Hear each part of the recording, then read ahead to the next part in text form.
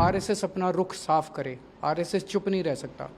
RSS बताए कि क्या आरएसएस भी मानता है कि मोदी जी भगवान का अवतार हैं। 400 सीट इसलिए चाहिए क्योंकि उन्होंने मन बना रखा है कि वो संविधान को पलट के और रिजर्वेशन ख़त्म करेंगे। सरकार चलानी है तो वो तो 300 में भी चल जाती है। पंजाब के लोगों का दिल बहुत बड़ा होता है। अब प्यार से मांगते तो एक आध सीट दे देते, लेकिन अब धमकी दी है तो 1 जून को पंजाब के 3 करोड़ लोग बताएंगे, इस धमकी का जवाब देंगे। मुझे फ़क्र है कि मैं जेल जा रहा हूँ अपने देश को बचाने के लिए। भगत सिंह का चेला हूँ। पंजाब में मुझे लगता है कि 13 की 13 सीट जनता मन बना चुकी है, क्योंकि पिछले 2 साल की जो हमारी सरकार है, हमने यहाँ पे बिजली फ्री कर दी,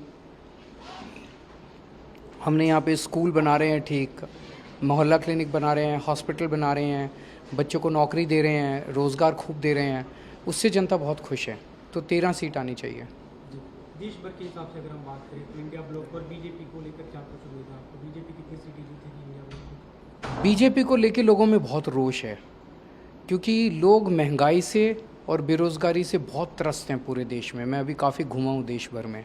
घर का खर्चा नहीं चल रहा, बच्चे बेरोज़गार बैठे हैं। तो लोगों को उम्मीद है कि प्रधानमंत्री उनके कुछ उसका समाधान निकालेंगे।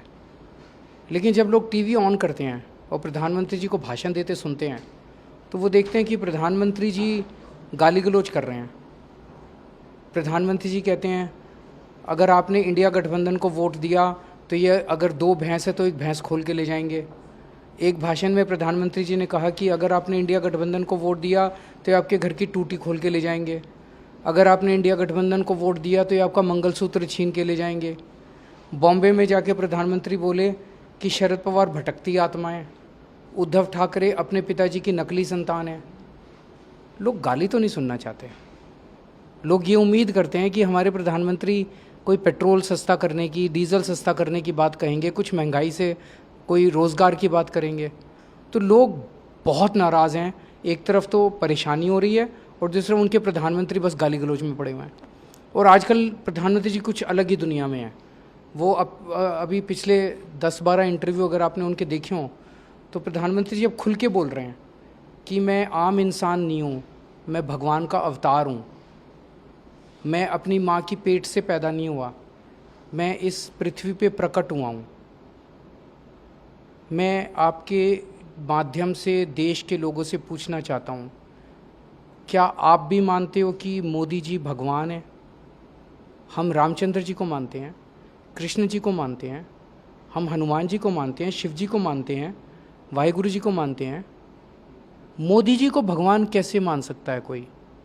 और आजकल इनके पूरे चेले चपाटे भी उनको, संबित पात्रा कहते हैं कि भगवान जगन्नाथ मोदी जी के भक्त हैं। नड्डा साहब कहते हैं कि मोदी जी देवताओं के देवता हैं। पता नहीं कौन सी दुनिया में जी रहे हैं ये लोग। जनता त्रस्त हो रही है, जनता के घर का खर्चा नहीं चल रहा, महंगाई हो रही है, बच्चे बेरोजगार बैठे हैं और ये अपने आप को भगवान माने बैठे हैं। हमको सबको तो कीड़े मकोड़े समझते हैं ये लोग। ये दूसरा मुद्दा जिसे लेकर आप लगातार, और मैं आपके माध्यम से आरएसएस से पूछना चाहता हूँ, आरएसएस अपना रुख साफ करे। आरएसएस चुप नहीं रह सकता। आरएसएस बताए कि क्या आरएसएस भी मानता है कि मोदी जी भगवान का अवतार हैं। ये दूसरा मुद्दा जिसे लेकर आप लगातार हमला हो रहे हैं, सवाल उठा रहे हैं कि बीजेपी अगर सत्ता में आती है, जो 400 सीटों की बात हो रही है, अगर उन्हें मिलती है तो रिजर्वेशन खत्म कर सकते हैं। इस पर प्रधानमंत्री ने कई बार स्पष्टीकरण दिया कि हम ऐसा बिल्कुल नहीं करेंगे, हम तो चाहते कि रिजर्वेशन। तो 400 सीट क्यों चाहिए इनको? 400 सीट इसलिए चाहिए क्योंकि उन्होंने मन बना रखा है कि वो संविधान को पलट के और रिजर्वेशन ख़त्म करेंगे। सरकार चलानी है तो वो तो 300 में भी चल जाती है। तो 400 सीट चाहिए, 400 सीट चाहिए। तो इनके अंदर से पता चला कि ये रिजर्वेशन ख़त्म, SC, ST और OBC का रिजर्वेशन ख़त्म करना चाहते हैं। जब पकड़े गए तो अब वो मुद्दे को घुमाने की कोशिश कर रहे हैं। पंजाब के इन दिनों की आपकी जो कैंपेन हो रहे हैं, जो रैली रोड शो हो रहे हैं, गृह मंत्री अमित शाह का जो हालिया बयान था, उसे लेकर आप लगातार सवाल उठा रहे हैं कि पंजाब की सरकार खत्म कर दी जाए। भारत के इतिहास में पहली बार ऐसा हुआ गया कि कोई गृह मंत्री किसी राज्य में आता है। अभी लुधियाना आए 2 दिन पहले गृह मंत्री जी, और पंजाब के लोगों को धमकी दे के गए हैं, खुलेआम धमकी, गुंडागर्दी, कि 4 जून के बाद पंजाब के लोगों ने जो सरकार चुनी है उस सरकार को बर्खास्त कर देंगे, गिरा देंगे और तुमने जो प्रधानमंत्री मुख्यमंत्री चुना उस मुख्यमंत्री को हटा देंगे। कैसे हटा देंगे जी? 117 में से 92 सीट है, ईडी भेजोगे, सीबीआई भेजोगे, क्या करोगे? डराओगे, धमकाओगे, खरीदोगे, क्या करोगे? मतलब खुलेआम गुंडागर्दी मचा रखी है। तो मैं अमित शाह जी को कहना चाहता हूँ, पंजाब के लोगों का दिल बहुत बड़ा होता है। आप प्यार से मांगते तो एक आध सीट दे देते, लेकिन अब धमकी दी है तो 1 जून को पंजाब के 3 करोड़ लोग बताएंगे, इस धमकी का जवाब देंगे। आपको 2 जून को जेल जाना था, फिर से तिहाड़ हुआ किसी तरह से, और सुप्रीम कोर्ट में अपील की गई थी, वहाँ से कुछ राहत मिलती दिख रही है, तो आप तैयार हैं फिर से जेल जाने के लिए? मैं बिल्कुल तैयार हूँ और मुझे फ़क्र है कि मैं जेल जा रहा हूँ अपने देश को बचाने के लिए। भगत सिंह का चेला हूँ। भगत सिंह देश को आज़ाद कराने के लिए फांसी पे चढ़ गए।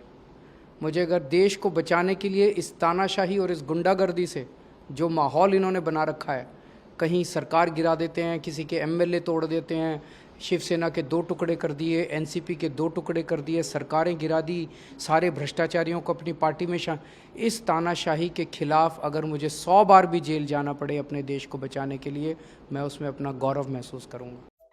Subscribe to Midday India.